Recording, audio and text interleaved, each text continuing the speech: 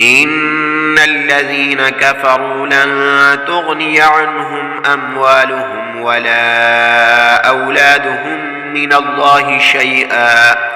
وأولئك هم وقود النار كدأب آل فرعون والذين من قبلهم كذبوا بآياتنا فأخذهم الله بذنوبهم والله شديد العقاب قل للذين كفروا ستغلبون وتحشرون إلى جهنم وبئس المهاد قد كان لكم آية في فئتين التقتا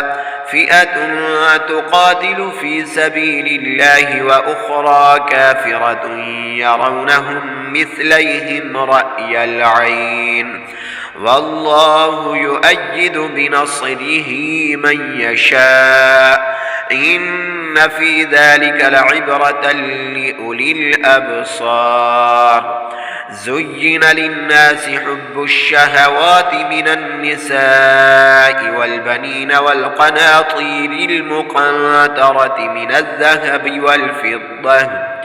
من الذهب والفضة والخيل المسومة والأنعام والحرث ذلك متاع الحياة الدنيا والله عنده حسن المآب قل أنبئكم بخير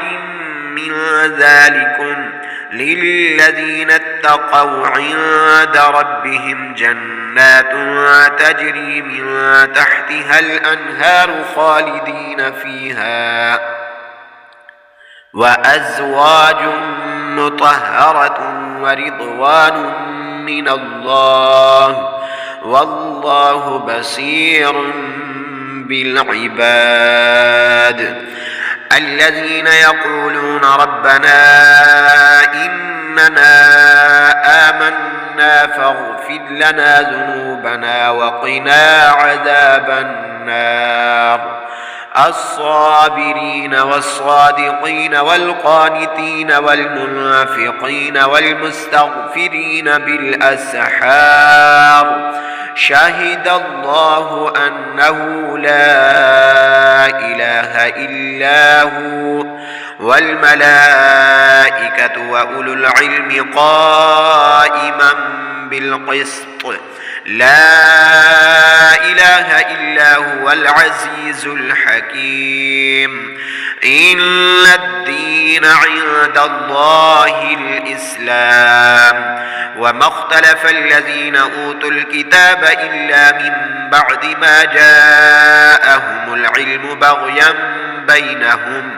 ومن يكفر بآيات الله فإن الله سريع الحساب فإن حاجوك فقل أسلمت وجهي لله ومن اتبعن وقل للذين أوتوا الكتاب والأميين أأسلمتم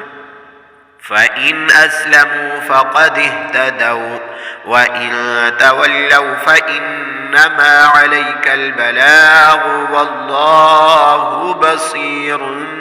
بالعباد.